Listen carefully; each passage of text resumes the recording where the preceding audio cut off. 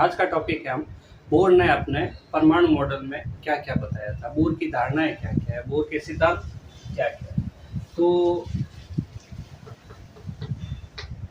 Bohr का परमाणु model, Nils Bohr ने अपना परमाणु मॉडल दिया रदरफोर्ड के बाद। रदरफोर्ड के सिद्धांत में एक कमी थी जिसके अंदर इलेक्ट्रॉन जो होता है वो नाभिक के चारों ओर चक्कर लगाता है। चक्कर लगाते हुए लगातार इलेक्ट्रॉन अपनी ऊर्जा का ह्रास करता रहता है, लॉस करता रहता है, कमी करता रहता है। इससे ऊर्जा निकलती रहती है। एक आवेशित कण के चारों ओर दूसरा आवेशित कण अगर चक्कर लगाता है तो उस ऊर्जा की हानि होती है। तो ये ऊर्जा लगातार एमिट करता रहेगा। ऐसी कंडीशन में इसकी ऊर्जा कम होती रहेगी। ये पॉजिटिव चार्ज है, ये नेगेटिव चार्ज है, इनके ऊपर एक अट्रैक्शन कार्य करेगा, आकर्षण बल कार्य करेगा। ऐसी कंडीशन में अगर ऊर्जा में कमी आती है तो इस आकर्षण बल में भी कमी आएगी और इलेक्ट्रॉन की ऊर्जा कम होने से आकर्षण बल नाभिक थोड़ा पावरफुल तरीके से इसको अपनी ओर आकर्षित कर सकता है। बल में कमी नहीं आएगी, बल का मान बढ़ जाएगा, ठीक है। और इलेक्ट्रॉन की ऊर्जा कम होने के कारण ये इसके पास आ जाएगा। जैसे जैसे पास आता रहेगा वैसे बल का मान बढ़ता रहेगा। अगर ये इलेक्ट्रॉन इतनी ही दूरी पर रहता है तो बल का मान बराबर रहता है। वापस रिपीट करते हैं, इलेक्ट्रॉन अगर लगातार चक्कर लगाता है दूसरे आवेशित कण के चारों तो वो अपनी एनर्जी को एमिट करेगा, उत्सर्जित करेगा तो ये इलेक्ट्रॉन की ऊर्जा कम हो जाएगी, जिससे ये इलेक्ट्रॉन नाभिक के पास में आएगा। जैसे ही पास में आएगा दूरी कम हुई और दूरी कम होने से इसके आकर्षण बल का मान बढ़ जाएगा। तो जैसे जैसे इलेक्ट्रॉन चक्कर लगाएगा वैसे वैसे ऊर्जा का ह्रास होता रहेगा, लॉस होता रहेगा, या हम कह सकते हैं एमिट होती रहेगी एनर्जी, और लास्ट में ये इलेक्ट्रॉन इस नाभिक के अंदर गिर जाएगा। जब ज़्यादा पास आ जाएगा तो आकर्षण बल बहुत ही ज़्यादा हो जाएगा और अंत में इलेक्ट्रॉन नाभिक के अंदर गिर जाएगा। इसका मतलब परमाणु का अस्तित्व समाप्त हो जाएगा। स्टेबिलिटी जो एटम की है वो नहीं रहेगी। तो ये चीज़ सही नहीं है। क्यों कि सारे एटम स्थायी है, कोई भी एटम समाप्त नहीं होता। ऐसी कंडीशन में स्टेबिलिटी को प्रदर्शित करने के लिए, बताने के लिए, समझाने के लिए बोर ने अपना परमाणु मॉडल दिया। तो इससे क्या होगा कि जो बोर की धारणा है उसमें ये जो एक कमी है कि परमाणु के स्थायित्व की व्याख्या नहीं हो पा रही थी, वो इससे व्याख्या हो जाती है। निल्स बोहर ने रदरफोर्ड के परमाणु मॉडल को नाभिक के बारे में जो भी जानकारी दी थी उसको ऐसे कैसे अपना लिया, उनके बारे में कुछ नहीं था।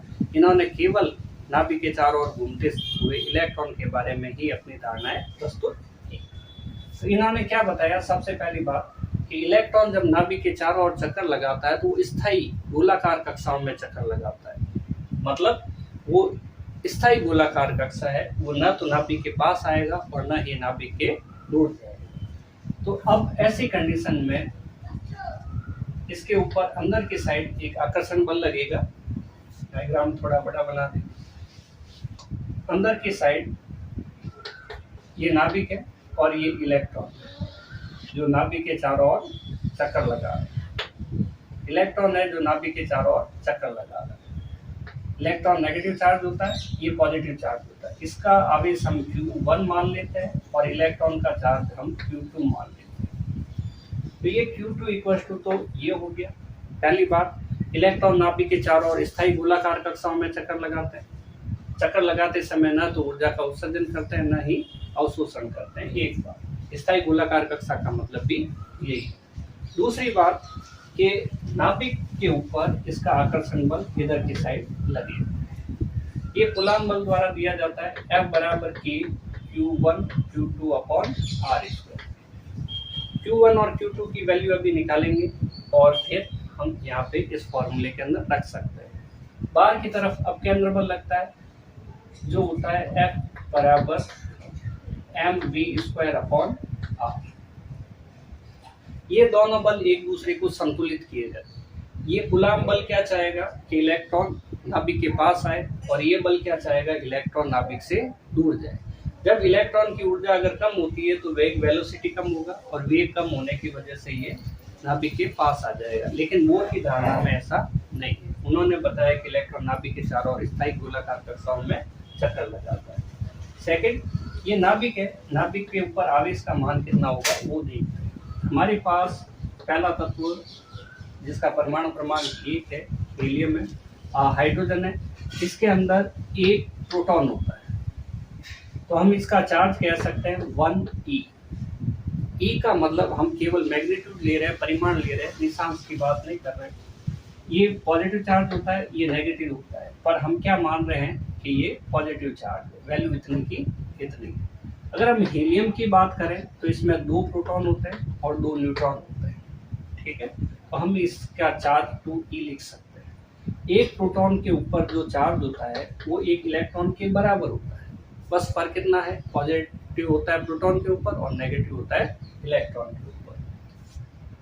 सेकंड, लिथियम है, वो 3 नंबर पे होता है, उसमें 3 प्रोटॉन होते हैं, ठीक है, न्यूट्रॉन भी होते हैं, पर न्यूट्रॉन के ऊपर जो आवेश है वो 0 होता है, आवेश नहीं होता है, तो हम यहाँ पे 3e लिख सकते हैं। चौथा है अपने पास बेरिलियम, तो इस टाइप से हमारे पास चलता जाएगा। अगर हमें परमाणु क्रमांक एटॉमिक नंबर की डेफिनेशन हमें मालूम है तो हमें पता है कि किसी एटम के न्यूक्लियस में जितने प्रोटॉन होते हैं, नंबर ऑफ प्रोटॉन जो होता है उसको हम Z से डिनोट करते हैं, और ये एटॉमिक नंबर, तो ये एटॉमिक नंबर है, और ये एटॉमिक नंबर हम देख रहे हैं इस जगह आ रहा है। नंबर ऑफ प्रोटॉन जो है वही एटॉमिक नंबर है, इसके लिए Z=4 है, इसके लिए Z=3 है, इसके लिए जितने प्रोटॉन है वही एटॉमिक नंबर है, और उसको हम Z से प्रदर्शित करते हैं, ठीक है। तो ये 4 आ गया, इसका एटॉमिक नंबर कितना है 3 है, तो यहाँ पे 3 आ गया। अगर हम कोई भी रैंडमली अगर कोई एटम लेवे तो हम उसके लिए Q की वैल्यू जो है तो Z/E लिख सकते हैं, क्योंकि इलेक्ट्रॉन के आगे जो नंबर आ रहा है वो परमाणु क्रमांक के एटॉमिक नंबर के बराबर है। हम इसको एक बार और समझते हैं कि अगर हम इन एटम में से सोडियम ले लेते हैं, सोडियम का जो एटॉमिक नंबर है वो 11 होता है। सोडियम जो है वो 11 नंबर पे आवर्त सारणी में पीरियोडिक टेबल में वो 11 नंबर पे आता है। इसका मतलब इसके अंदर प्रोटॉन कितने हैं, वो 11 प्रोटॉन। 11 प्रोटॉन होने का क्या मतलब, इसका एटॉमिक नंबर जो है वो 11, एटॉमिक नंबर परमाणु क्रमांक जो है वो 11। अब इसके ऊपर चार्ज कितना होगा, नाभिक के ऊपर, सोडियम के नाभिक के ऊपर चार्ज कितना होगा, एटॉमिक नंबर Z इंटू एक प्रोटॉन के ऊपर जितना चार्ज, कितना चार्ज है उतना ही है जितना इलेक्ट्रॉन के ऊपर, इसलिए हम Q1 की जगह हमने क्या लिखा, Z/E लिखा। ये जो डिस्टेंस है उसको हम R मान लेते हैं, जो R हो गई बोर कक्ष की, इसको हम क्या कह सकते हैं, इसको हम कह सकते हैं बोर कक्ष। नील्स बोहर की कक्षा प्रथम, द्वितीय, तृतीय देखेंगे तो इनकी पहली धारणा क्या है,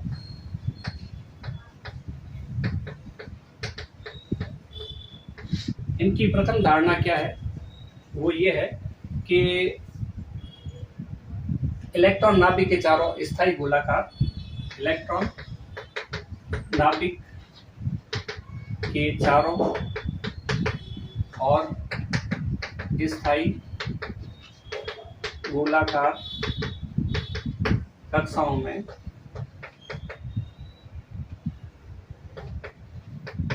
इसको हम ऊर्जा स्तर कह सकते हैं, एनर्जी लेवल में चक्कर लगा हुआ है। इसका सीधा सा मतलब है कि वो नाभिक के पास नहीं आएगा, नाभिक के दूर भी नहीं जाएगा। तो यहाँ से रदरफोर्ड की जो पहली कमी थी, परमाणु का स्थायित्व की व्याख्या नहीं करता, वो ठीक है। अब अंदर की साइड एक बल लगता है कूलाम बल, और बाहर की साइड बल लगता है अब केंद्र बल, ये दोनों एक दूसरे को संतुलित किए रहते हैं, वो भी लिख देते हैं। नाभिक के चारों ओर चक्कर लगाते नाभिक के चारों ओर चक्कर लगाते हुए इलेक्ट्रॉन पर नाभिक की ओर और कूलाम बल F is equal to K Z E square upon R square. अभी निकलेगा, देखेंगे। कूलाम बल K Z E square upon R square तथा बाहर की ओर कौन सा बल लगता है? बाहर की ओर लगता है अपने पास अब केंद्र बल। वो कौन सा है? F equal to K M V square upon R. F बराबर M V square upon R formula. ये अंदर वाले बल कुछ भी हो सकता है परिस्थिति के अनुसार। बार ये जो M V square upon R है ये सेम रहेगा। बल एक दूसरे को संतुलित किए हुए रहते हैं,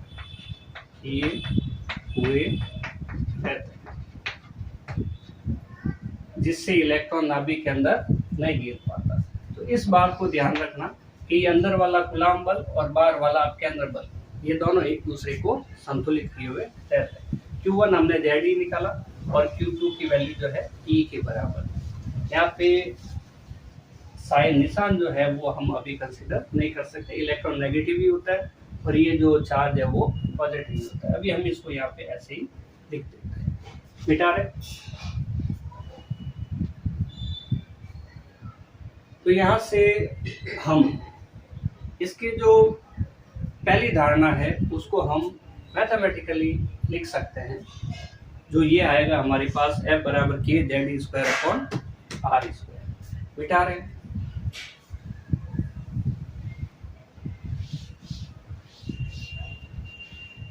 हमने यहाँ पे एक बात लिखी है कि ये जो दो बल लगते हैं ये एक दूसरे को क्या किए हुए रहते हैं? संतुलित किए हुए। इस पे हमें ध्यान देना। अंदर वाला बल ये और बाहर वाला बल ये दोनों एक दूसरे को संतुलित किए हुए, मतलब संतुलन अवस्था में के Q1 हम पहले ये देखते हैं F इक्वल टू के अंदर की साइड लगना इन लिख देते हैं Q1 Q2 upon R square. किसके अनुसार? कूलाम के अनुसार। तो यहाँ पे Q1 इक्वल टू है Z इंटू ई और Q2 इक्वल टू है E और R ही है।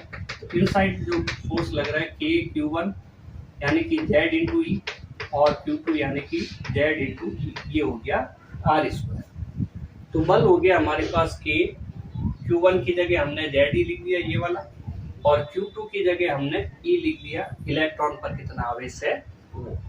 तो इसको अगर लिख सकते हैं तो F इनसाइड जो है वो K ZE square upon R square आता है, इक्वेशन नंबर 1। तो हम इस फॉर्मूले की जगह हम क्या लिख सकते हैं?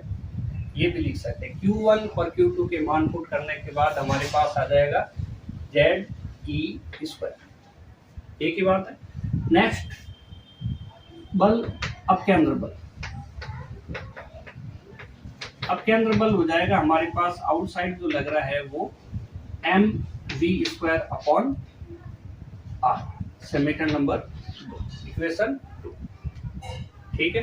तो यहाँ पे हमारे पास इलेक्ट्रॉन का मास है m, v है वेलोसिटी, r है इसकी रेडियस त्रिज्या, z है एटॉमिक नंबर, e जो है वो 1.6 इंटू 10⁻⁻19 कूलाम और k जो है वो कूलाम नियतांक है और k की जो वैल्यू होती है 9 इंटू 10 की घात 9 होती है न्यूटन मीटर स्क्वायर पर coulomb square.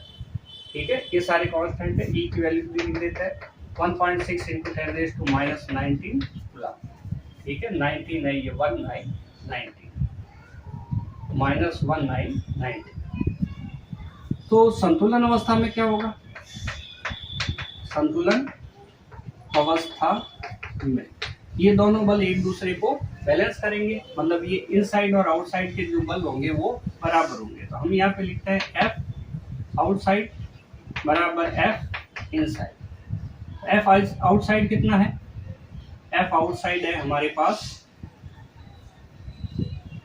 mv square upon R. यहाँ से, और F इनसाइड है कि Z square upon R square, ये मिटा रहे।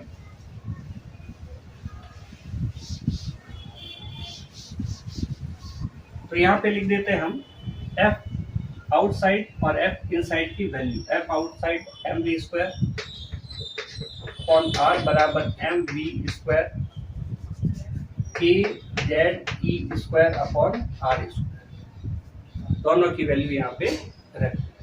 अब एक आर से एक आर कैंसिल हो जाएगा, दोनों नीचे की साइड है, तो हमारे पास जो फॉर्मूला आता है M V square equal to K Z E square upon R. हम बोर की पहली जो धारणा है उसको हम मैथमेटिकल रूप में ऐसे लिख सकते हैं, ठीक है। यह नील्स बोहर की प्रथम धारणा, नील्स बोहर की पहली धारणा। यहाँ पे m क्या है? इलेक्ट्रॉन का द्रव्यमान, मास ऑफ इलेक्ट्रॉन द्रव्यमान m, और m की वैल्यू कितनी है? 9.1 इंटू 10⁻³ kg। सारे मान हम अप्रोक्स ले रहे हैं, यही मान लेके हमें कैलकुलेशन करनी है। इलेक्ट्रॉन का वेग, वेलोसिटी जो है वो v है, और यहाँ पे k क्या है? परमाणु क्रमांक, परमाणु क्रमांक वो हमने z लिया है। नेक्स्ट e हो गया, r जो है परमाणु की त्रिज्या, वो हमने r। नाभिक से लेके इलेक्ट्रॉन के बीच की जो दूरी होती है उसको हम उसकी त्रिज्या, रेडियस कहते हैं, ये होती है। तो ये एक इम्पॉर्टेंट चीज है जो हमें याद रखनी है। बोर कक्ष के लिए हम त्रिज्या निकालेंगे, वेग निकालेंगे, ऊर्जा निकालेंगे, उन तीनों में ये एक तो कांस्टेंट वैल्यू भी काम आएगी, जो भी कुछ है। इलेक्ट्रॉन पर चार्ज जो है उसकी वैल्यू हमने बताई 1.6 इंटू 10⁻⁹, और एक रह गया कूलम नियतांक, कूलम नियतांक K की वैल्यू जो होती है 9 इंटू 10⁹ न्यूटन मीटर स्क्वायर पर Coulomb square, newton metre square पर कूलम स्क्वायर। ये सारे कांस्टेंट वैल्यू न्यूमेरिकल में काम आएंगे, और वो जो आगे रेडियस, वेलोसिटी और एनर्जी के फॉर्मूले डिराइव करने वाले हैं उनमें भी ये काम आएंगे। ये बोर की पहली धारणा याद रखनी है। तो हम इसको देखते हैं। बाहर की साइड लगने वाला बल Q1 Q2 upon R square coulomb के अनुसार, ठीक है। और ये जो बल है Q1 इक्वल टू जेड, मतलब नाभिक पर आवेश, Q2 बराबर E यानी कि इलेक्ट्रॉन पर आवेश। Q1 और Q2 की वैल्यू रखी तो यहाँ पे हो गया जेड स्क्वायर, ठीक है। ये समीकरण नंबर 1। बाहर की साइड अब के अंदर बल लग रहा है mv स्क्वायर अपॉन आर। संतुलन अवस्था में दोनों बल आपस में बराबर होंगे। हम यहाँ पे कूलम नियम लिख सकते हैं,